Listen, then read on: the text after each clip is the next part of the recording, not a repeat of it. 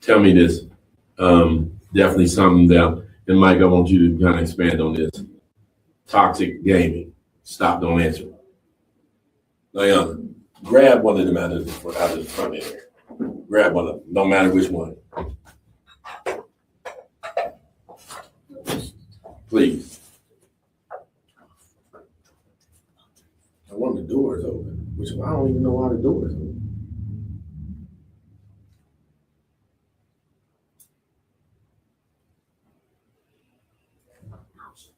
I need to close that door. That would help. Yeah, just tell them keep it down. I didn't know the door was open, but keep it down out there a little bit, please. Jay. Do you need them for anything? No, I just need to tell them, hey, they just got to keep it down a little bit. And I know the door was open. It probably, if that door was open, we probably wouldn't have heard it. It just didn't want to get in the background of this, that's all. Thank you. So remember at 13, now you're starting to look at 13. These are some things we gotta, okay? I gotta go back a little bit, so I know it go a little long. Okay, so we were on toxic gaming. Let's ask it again, and then we go from there. So Mike, tell me a little bit, and Dede, tell me a little bit about what, if you know, Dede, if you don't, I'll let Mike talk about toxic gaming. A little bit about it. You know a little bit about it? Mm-hmm. Yeah, I'd say I do in a way, because on my side, I wouldn't consider myself like a gamer, but I do play the game with like my cousins and my uncle that he like to hop on there with us. And I mean, at times being on there, like some individuals definitely can get extremely toxic, especially like, I mean, it's kind of like the real world. I'd say it's based upon the person. Like some individuals, like for example, like a basketball game, right?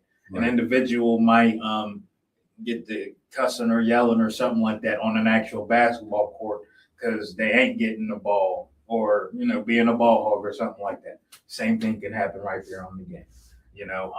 Some individuals don't, when things don't go their way, or like if we know individuals that are not good losers in real life, a lot of the times those things translate over where things become a little bit more toxic, and it has that same essence as like the internet.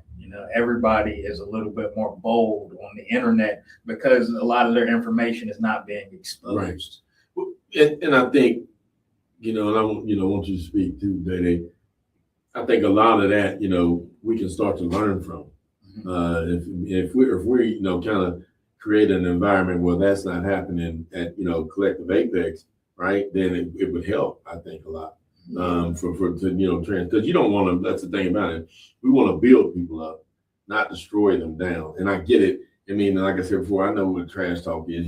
What do you call it? Trash talk? Is that what y'all call it? Yeah. Right. But a lot of times, I mean, it kind of gets personal. Yeah, and it shows how unrespectful you are, and you really need to have online respect. Right. You're right. I mean, that's one of the things.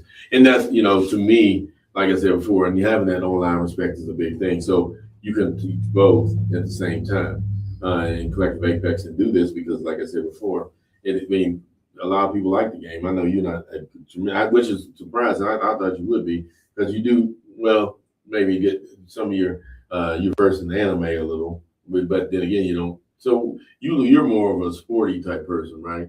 Like physical, outdoorsy type thing for that. And that's good.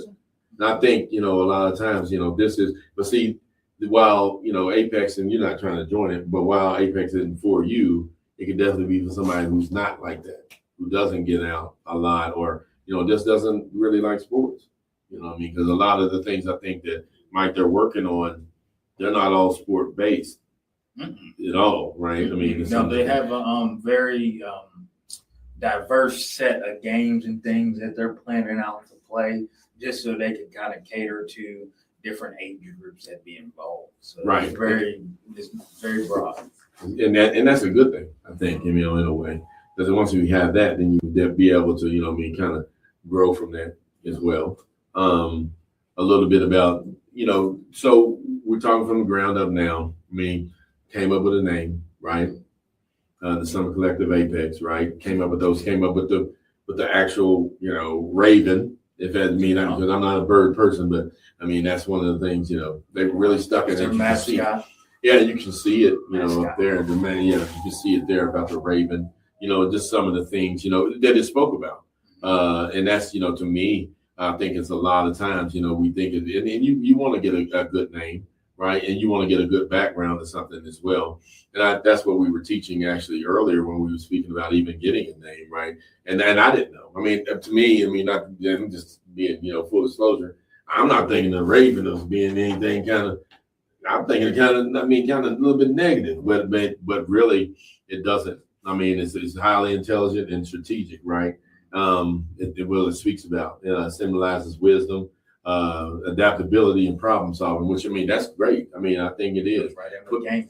That goes right into gaming, and like I said before, this is really the team pushing for these things, right? We went back and forth on some colors or whatever, but then we end up settling with 4 colors. This is just the color we have because it kind of fits with the summer back moniker. But that doesn't mean that's the only color. We got like 3 or 4 other alternate colors as well. We kind of made it for that, so it kind of works well. Definitely when it comes to that as well. And but really, you want to represent teamwork, represent communication as well. And I think one of the things, I'm not a bird person, but from just looking up some facts about them, they work real good together, Ravens. And I just wouldn't think that would be the case. So it's a learning process for myself as well. I don't know about Mike as well, but Day, you too. I mean, what do you think about some of the things? Because I know because kind of when we're here working, we're kind of separated. Only when y'all kind of join up in the game room sometimes. But tell me about, were you surprised to hear about some of the developments they had on the esports side when you went out there and kind of talked to them? I wasn't exactly surprised. I was a little bit like interested in the project they would show me about the games.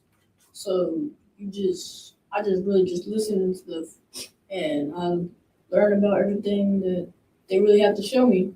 And they have a lot of games in there that they can play, a lot of stuff that can build certain skills and stuff. Mm-hmm. They have a lot of everything. So Mike, let's just switch into this now and talk a little bit about team structure, right? Mm-hmm. They came up with maybe what's called a junior team and a senior team. Now that's not grade, that's age, kind of age based. So right? What they came up with was, I believe on the end they ended up with 3 teams that they agreed that they would have. Okay. The first one would go from 11 to 15 is what they agreed on, and then which would be the junior team. Right. And then the senior team would be 16 and up. And they did this for a few different reasons. One was to make sure whichever group you're in, you're playing age appropriate things and stuff like that. And to make sure that they're finding the skills within the specific age groups, keeping it like that too, right? So like something that he talked about that I really did like, they said that they were going to base where a person was at, which team they were on, off of age and skill, which I didn't say the third team. The third team was outright just a Minecraft team because a whole lot of people liked Minecraft. Right. But they said that they would spread the teams up between the junior and senior team based upon skill and age. They would do this because, of course, sometimes you have individuals whose skill level was higher than the rest, but they still took into account the skills that needed to be developed. So they kind of said that even if an individual was competing or producing at a higher skill level than the individuals in their age group, they would still stay on that team for some time to foster those leadership skills and those skills of they said public speaking skills and things like that, because they'd be having to almost play like a coaching role in the instance for that time, right? Yes, it would be helping the individuals that they're coaching, but they're developing those skills within themselves too. Yeah. Then they also took into account that